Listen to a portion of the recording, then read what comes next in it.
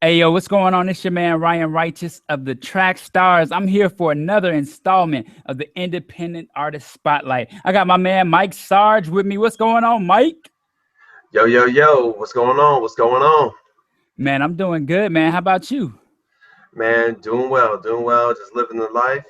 You know it, family, work, and ministry. That's about it. That's it. Awesome, man. So, how many weeks has it been since you dropped the Authentic album? Man, let's see. On it, Authentic came out in late June. We've had a little bit of time on it and got a lot of good feedback, and people have really responded to it. Man, that's what's up, man. Now, I think you're a dope MC, man. We did the album review with you a couple of weeks back, Mm. and I listened to the project. I've not listened to it one time, man. I've listened to it several times all the way through. And Oh, wow. I mean, you just have a great message. Some of the songs that stick out in my head, man, are definitely "Dirty Work." Oh, yeah. I mean, it's a beast, man. Your turn up stuff is so amazing, man. Polo and Prada, I love that joint. I love Fanatic. I love Camo. I mean, you got so many songs on there, man, that are just bangers, man. How you feeling about the whole release and what it's done for your music career?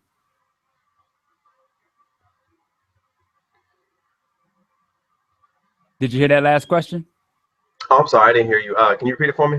Yeah, I like the projects, man, from Camo to Polo and Prada to Hmm. Dirty Work and uh, another one I said was Fanatic. How are Hmm. you feeling about the music and how it's impacted your ministry and how it's impacting your career with CHH? Well, to be honest, it is the impact has been far before, like far above what I expected it to be. Um, there were actually a lot of songs that I wasn't going to put on the project, mainly because I felt a certain connection to it, a personal connection to it. And so I felt like, you know what, I don't know if I want to put myself out there quite yet.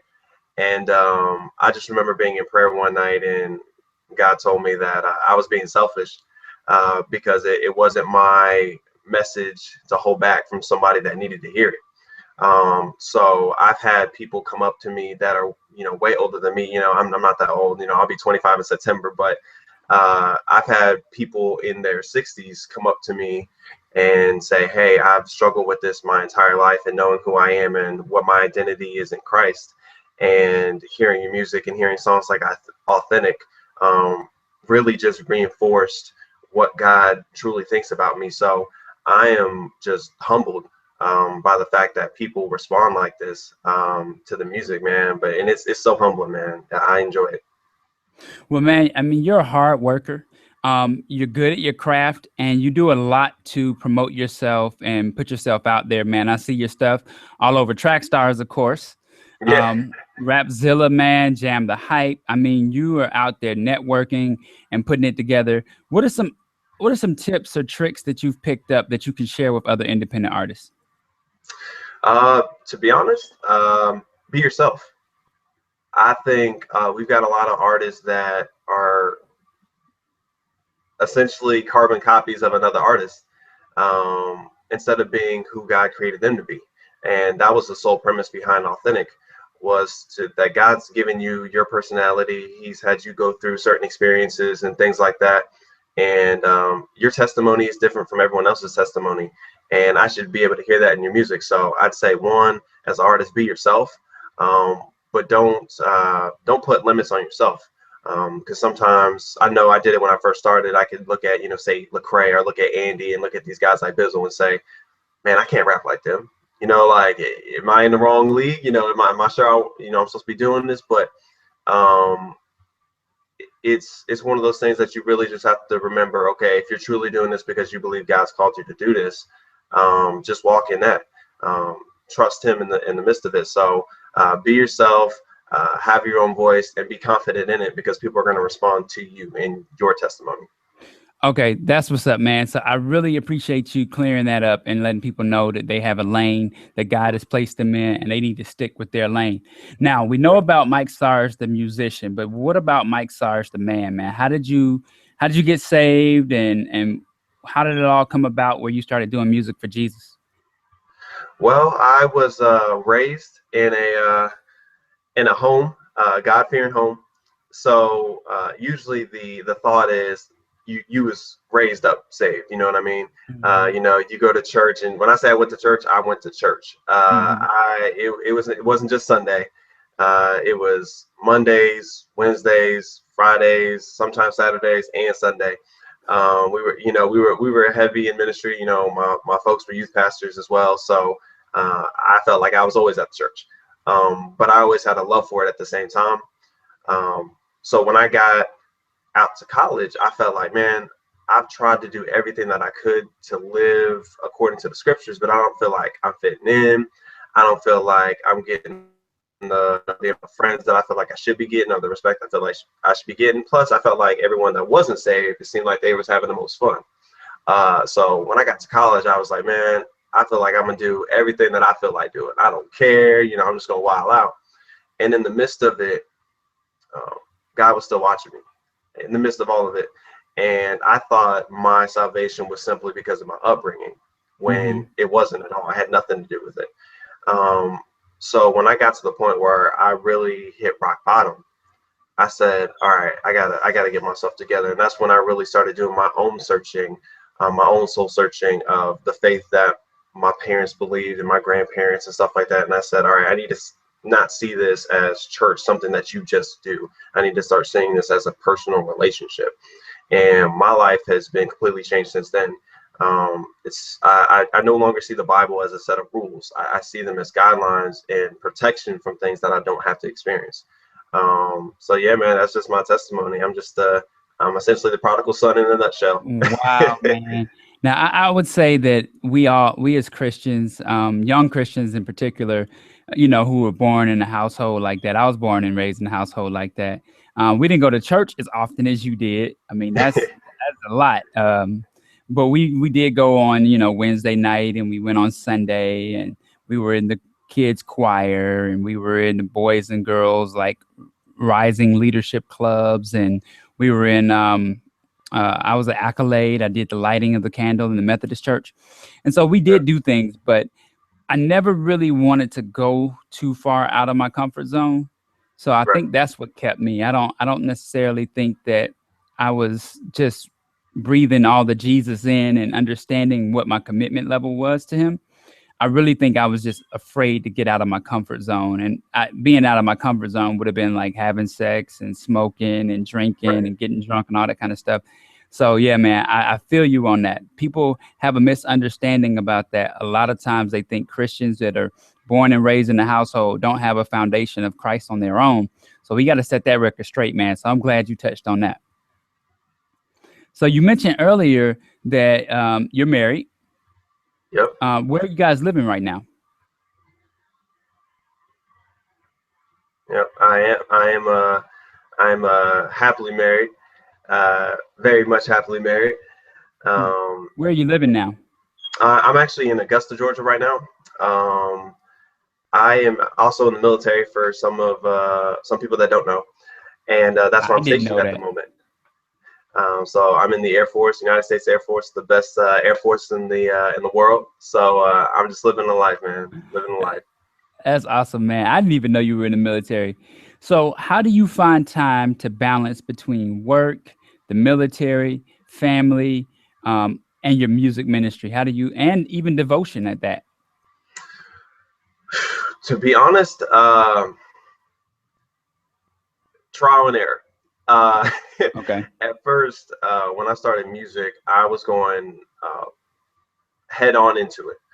And I said, all right, if I'm gonna do it, I'm gonna go all the way in. I'm not gonna, just give 50% of my effort and then complain that I'm not where I want to go. So, and at that time, my wife was my girlfriend. And the funny thing about it is, she's the reason why I got started. Um, Funny story. We were in the back. We were driving back to my place, and I was sitting in the back seat, and we were listening to a Derek Minor song, and at the end of the song, it kind of hit like an instrumental. So I'm in the back acting goofy, just freestyling. Mm-hmm. And after the song stopped, she stopped the car and was like, "When you gonna stop being disobedient and just do what you know God's called you to do?" And I was like, all right. So that's how it started. And then as far as the balance, man, one, it helps that I have a supportive wife. Um, Right. she pushes me to do it. Mm-hmm. And she's honest with me. She'll say, "Hey, this is really good, and this could use some work." That's number one. And then she's there to let me know, like, "Hey, you've been spending a lot of time on music," and that's kind of like the hint of, "Hey, we should probably go hang out. We should probably go see a movie." So that helps, number one. As far as devotion, um, I've had times where I've had my devotion uh, uh, be sacrificed because I try to work so hard on other things. And so I saw how drained I got from it, because you should see growth in the artist's music. And I noticed there was a kind of a almost like a trail of just constant the same, like I wasn't really going farther. And I realized, I was like, man, I haven't been going as strong as I should be. And so that's where I've had to make a conscious effort. And that's what I really think it is. It's a conscious effort to say, all right, look, I have to set aside time for devotion, set aside time for prayer, set aside time for my marriage, set aside time for music. And that includes friends and family as well. Because you got to have that accountability, you got to have that bond with others, because if you're only coming from your perspective in your ministry, you're not going to be as effective as you could be. So it's an interesting world for me, and I'm grateful. I've got a lot of supportive people around me. Would you say that it can sometimes be a Christian artist's Achilles heel to try to balance out devotion and the music? Because sometimes we feel like we're doing this for God, and shouldn't that count as well? How do you feel about somebody that might say that? Yes, you do. I could definitely say that. You can, because even when you're working on music or before you even start, in the back of your head, you're like, man, when was the last time I opened up my word? You know what I mean? And there's that the spirit kind of knocking on your heart, uh, almost as like a heart check, like, wait, you doing this, but you're not, you're being almost hypocritical. You're trying to do music, but you're not in your word. So there is that conscious thought of, man, I've got to stay consistent. I don't want to tell someone that they should be doing this in my music and they shouldn't live like this in my music, but I'm not doing that same thing. So I can definitely understand the struggle. I definitely understand that struggle there. Yeah.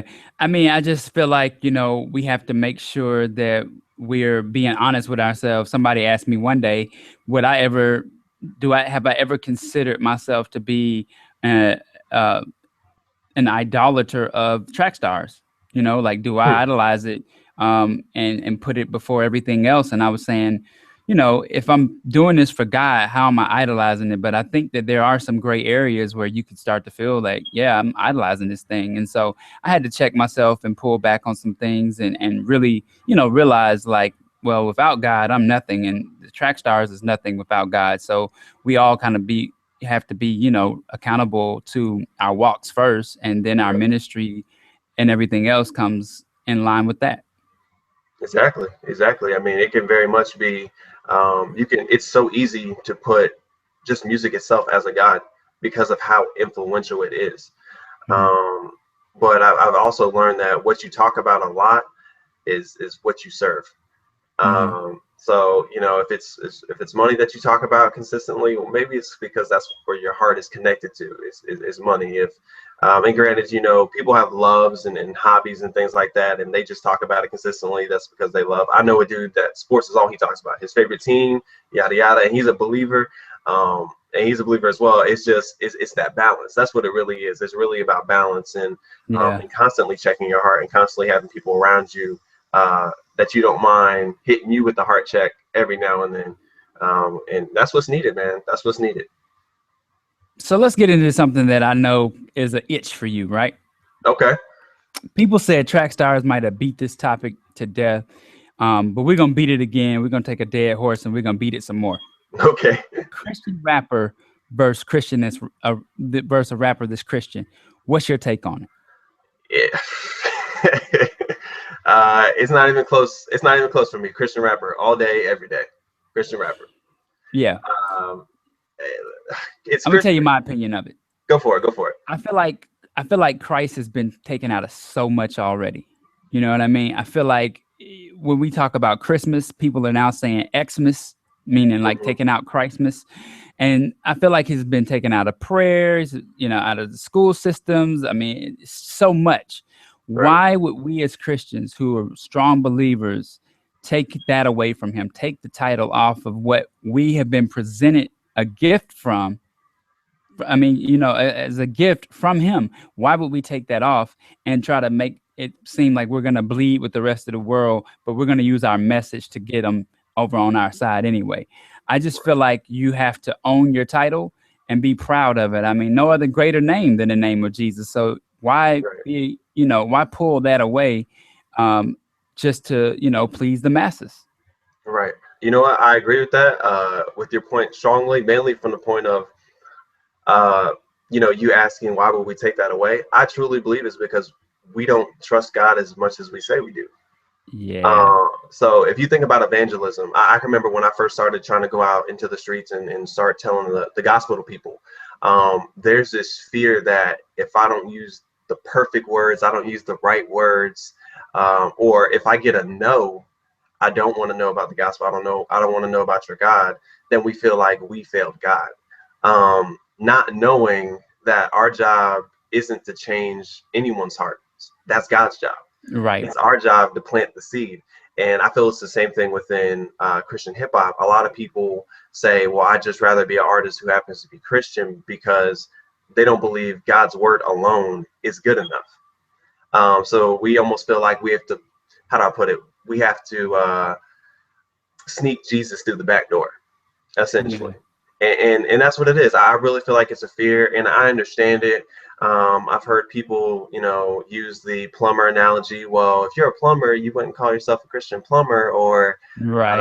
Lupe Right. Fiasco. We don't call him a Muslim rapper. And I tell people, I said the reason why we don't call him a Muslim rapper compared to Lecrae and a Christian rapper is because think about it. They're both rappers. They both talk about their struggles. They talk about their successes. The difference is Lecrae gives an answer to his struggles, and he Hmm. says that it's Jesus. He says that it's God.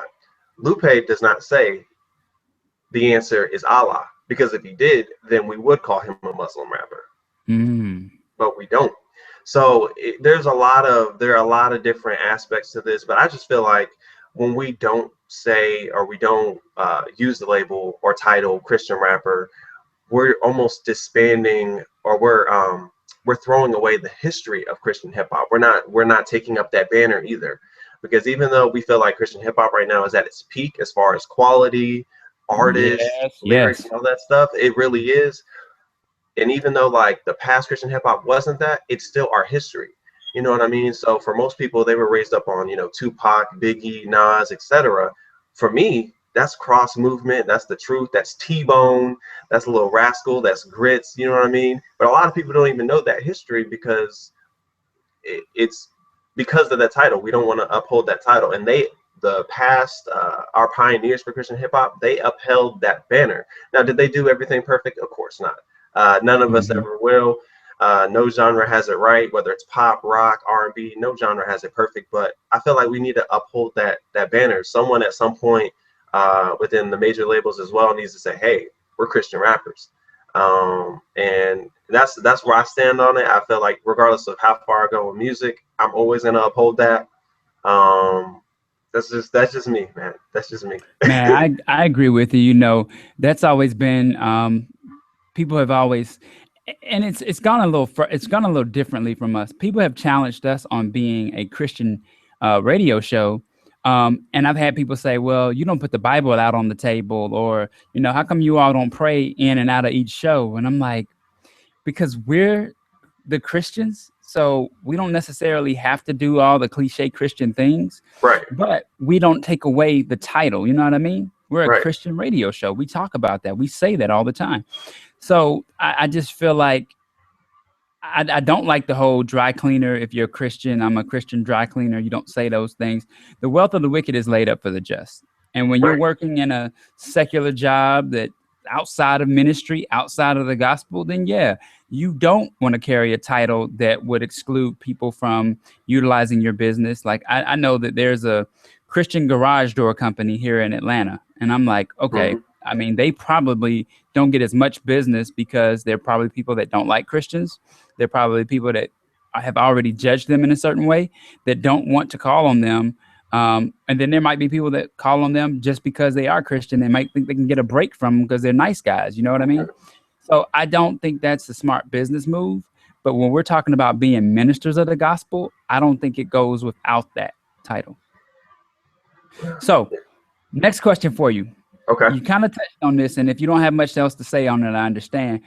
What do you think about CHH in its present form right now, and where do you see it going from here? Man, it's had so many jumps, like good jumps. It's hard to say that it's gonna, you know, have a downfall from here. It can only go up right now. So I'm excited about it. Like I said, there are a lot of good artists coming out. I'd say that if anything, it could only grow, because there are some other things within CHH that I'd like to see happen. Like for example, I'm gonna need these labels to start signing some of these very dope female artists. And We as talk about that a lot. yeah, like we gotta sign some of these female. Like oftentimes I've looked at these more established Christian hip hop labels, like a Reach, like a Collisions, and I've said, y'all haven't signed a female artist. You know what I mean? And obviously they have their guidelines, and they have, you know, their vision for the label. But there are a lot of dope artists. There's Heesun Lee, which is probably my favorite female rapper. Yeah. There's Heesun Lee. There's Butta Peace. She's dope. There's Kayla Starks. There's Angie Rose. Like, and the list goes on and on. And that's just something that I would like to see more of within the genre. But it's definitely on the up and up. We got other groups, like underground groups that people are paying more attention to, like Black Knights Group, RPS and G. You know, them boys with KAG, Mission in them, Excellence. Then obviously you got God Over Money, stuff like that. So I can't wait, because more and more of these artists are being presented, and it's only going to get better. It's only going to get better. Let me ask you this question. Would you stay on the independent route if someone wanted to sign you?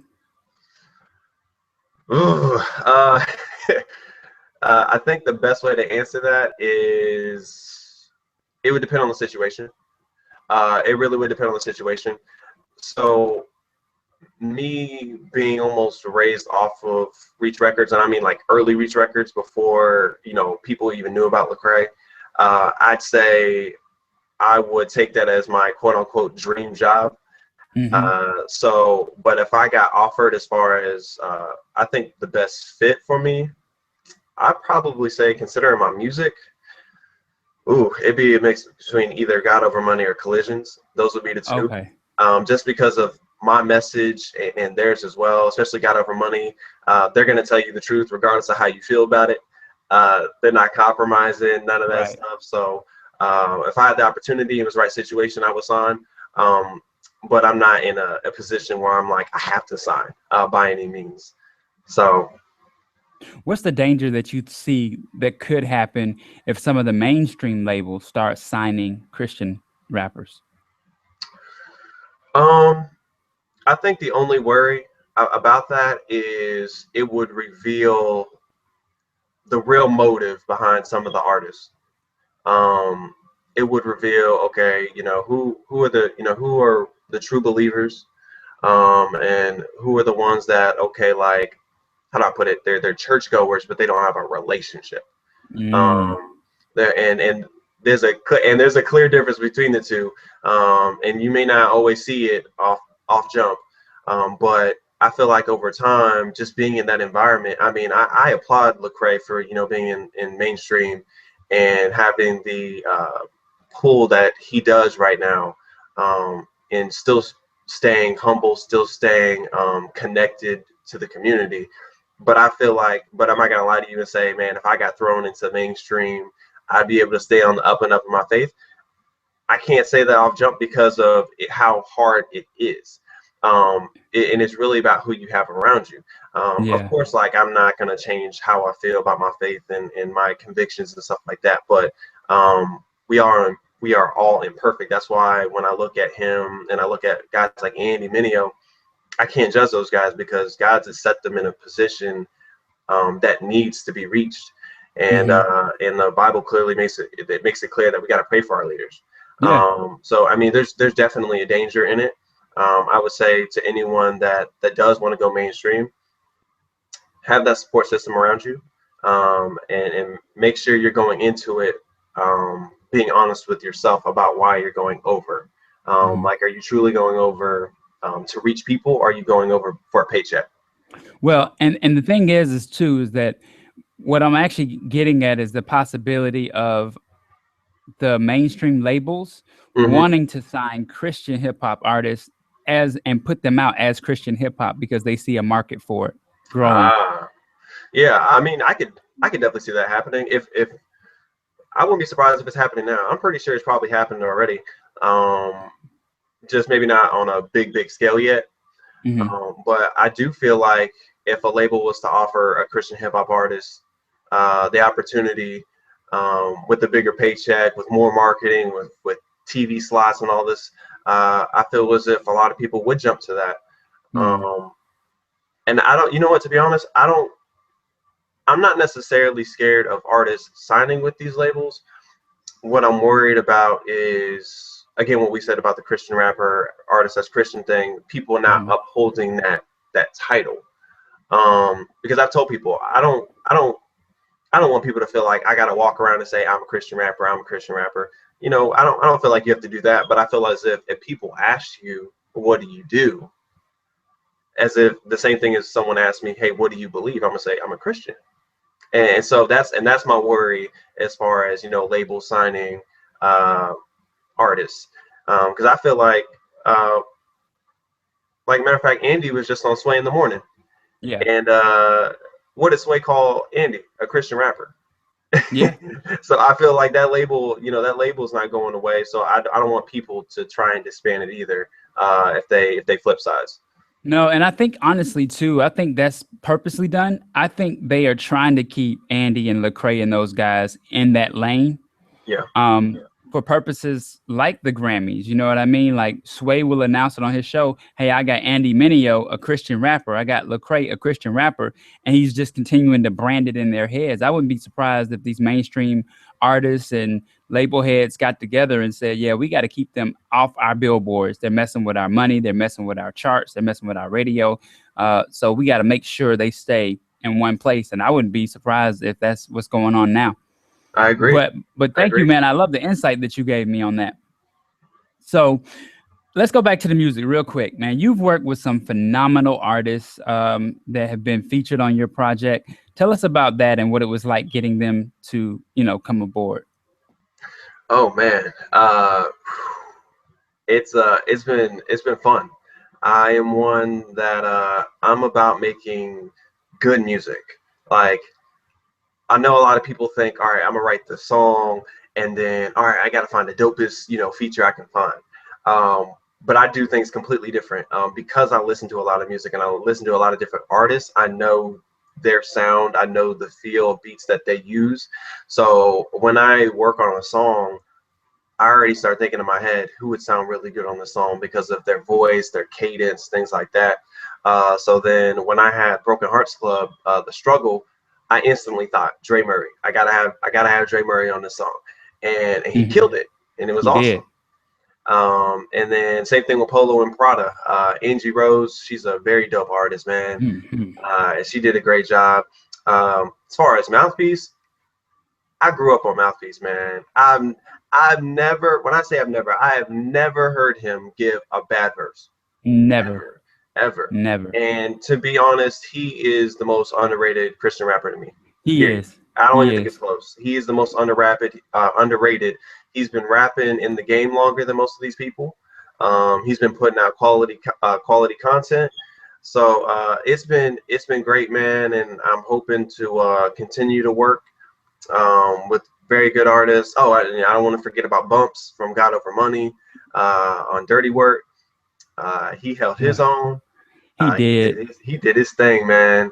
And that's how they say, you know, that you're a contending artist as far as like, you know, in the genre. Hmm. When they get off your feature and you sound just as good, or people still listening to the song, or they thought, oh man, you know what, your verse was tight too. So I mean, you did a great job on that, man. I honestly think that would be my overall single of my off my project if it were mine. Oh, I appreciate it. I definitely appreciate that. I was heavily debating the single on Authentic. It was hard picking a single, like one to just give out. It was so hard. Um, and but what ended up happening was I ended up having two singles. The first one was actually Authentic because I wanted to set the tone for what the rest of the album was going to be like. Hmm. And then the second one was Financial Fanatic. So You know what I would have done? I what's would have up? done. I'm looking at your album right now. I would have done. I mean, what I probably wouldn't have done this one, but I just like it a lot because I think it changes people's mindset of, you know, the type of project that you have going on. Right. All Night, man. Yep. That had to be a Yep. fun song to make. Oh yeah. Oh Fun, yeah. huh? I agree. I agree with that. Like I said, it was hard. It was hard picking one because then I would have in my small group that I let hear some of it Mhm. before it released. I was like, all right, give me y'all's opinions on your sing. Give me your top three songs that you think could be singles, and none of them were consistent. I feel like the only one that was consistent was Financial Fanatic and No Competition. Those were the only two that were consistent throughout the Really? list. Yep. Wow. I mean, I love the message in No Competition. Oh, message is so great. Yeah, So man. great. So before I let you go, man, I got to do this, man. I've been doing it. I think you've been seeing it on Twitter. I used to use it as a surprise, but you're probably prepared for it. Man, give us your best 16 written or off the dome if you freestyle like that. Oh man. I'm gonna go a cappella. Yeah. I'm gonna keep it simple. All right. Yeah, I'm all about that dirty work.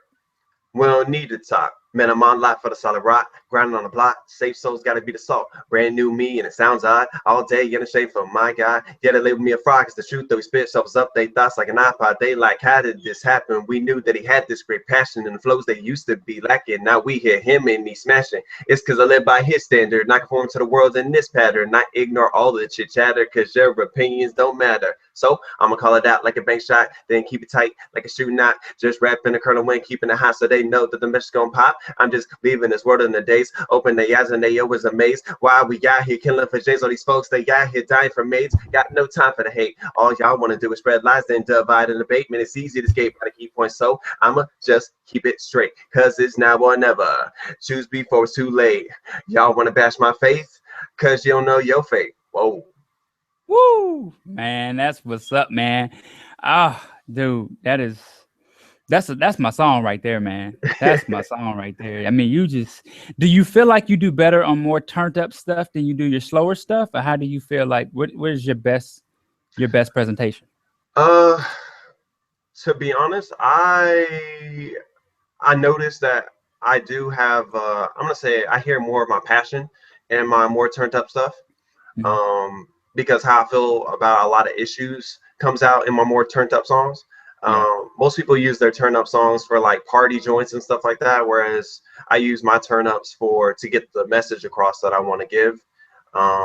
Because I figure after they listen to it for the third time and they get past how dope the beat is, that's when they set in and listen to the lyrics. So that's just how I do things personally. The slower songs, I think I could get better at them. Haven't been rapping that long, but over time, I think I'll just get better over time. Yeah. That's what's up, man. So tell us, man, tell everybody where they can find you on social media, where they can pick up the project, all that good stuff. Okay. Well, for anything for Mike Sarge, you can go to www.mikesarge.com. It's got everything on there from my bio to the album. It's actually got some free music on there as well. It's got photos, my blogs as well. If you just want to contact me, it's that on there. On Facebook, just search Mike Sarge. On Instagram, it is Sarge Salutes. On Twitter, it is Mike_Sarge. You can find me. Just go to Google and type in Mike Sarge, and I'm sure you'll find something. Yeah, man, you all over the net, man. Well, we appreciate you, man, here at Trackstarz, man. On behalf of myself, Shantana, and DJ Jeremiah, man, we appreciate all the support you show to the show. Oh, not a problem. And y'all keep doing what y'all doing, man. I get upset with myself when I miss one of y'all shows on either on Periscope or I'm getting behind in the YouTube videos. I'll be like, oh man, I gotta catch up. So I appreciate what y'all do, because people are really watching this and really being inspired. So y'all keep doing what y'all doing, and I'll be up there soon. I'm gonna be in the field. I'm gonna be back up there with y'all. Just let me know. That's what's up, man. You were so modest and quiet the last time you were here. You got to make some noise this time. This next go round.